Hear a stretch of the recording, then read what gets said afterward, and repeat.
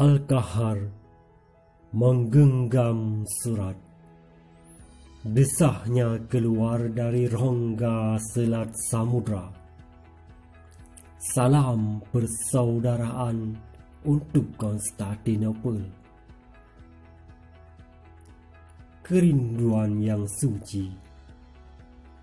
Ingin duduk bersama di sisi Maryam yang mengepul asap di taman kota setelah menghajar Portugis. Ingin memagar besi samudra. Perjalanan pun aman ke tanah suci. Setelah itu, rempah-rempah dari tanah ini akan berada dalam karung-karung, diangkut kuda dan unta di Mediterania sampai Arabia. Dalam penantian, lada sejupak telah kering di antara khabar denting pedang di Szeged war Hungaria merintih. Al-Kanuni pergi. Selim II mengganti.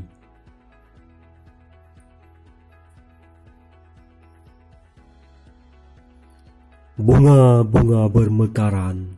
Dari wajah raut senyum mengharum.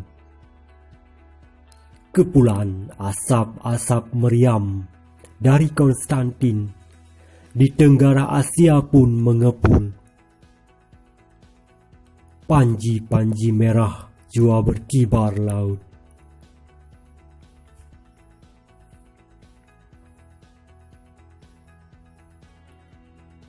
Di tanah Bitai, wanita-wanita Darussalam yang lemah menjadi petarung lagi handal. Mengarung selat dan samudra menjadi laksamana. Dengarkah engkau duhai Somalia?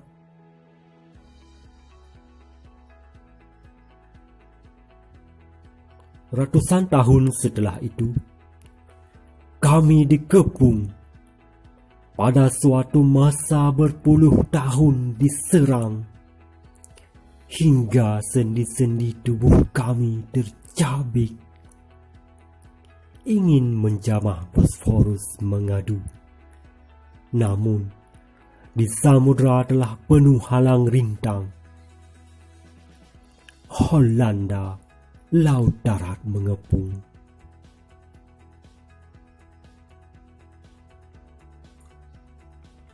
Kini, meriam-meriam kami terasing menatap sepi langit jingga Holanda. Hadiah-hadiah dari Konstantin telah hilang. Hari ini, kami dalam perdamaian.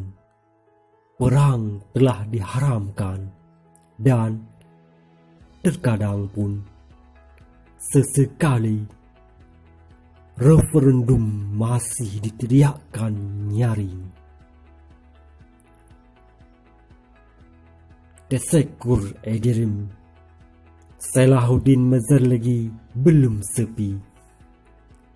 Ziarahi lagi kami Kahramanlar.